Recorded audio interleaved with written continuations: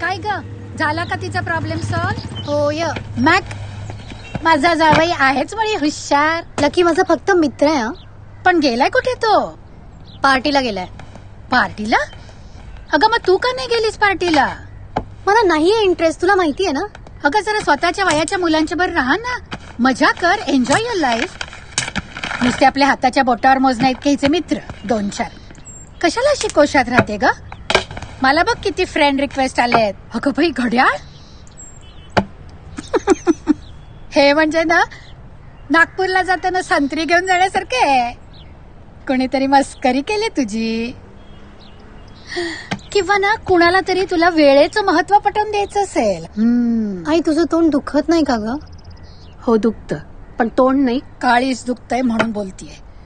आमच्या वेळेस आम्हाला घड्याळ घ्यायला परवडायचं नाही, पण वेळ खूप होता. आणि तुमच्या काळात तुम्ही सगळ्या प्रकारची घड्याळ घेऊ शकता, पण वेळ नाही ना तुमच्याकडे. माझ्यासाठी तुझ्याकडे वेळ नाहीये. सतत नुसती स्वतःतच गुरफटलेली आणि त्या कॉमिक्स मध्ये. माशा फार डॅम्बिस झालेत.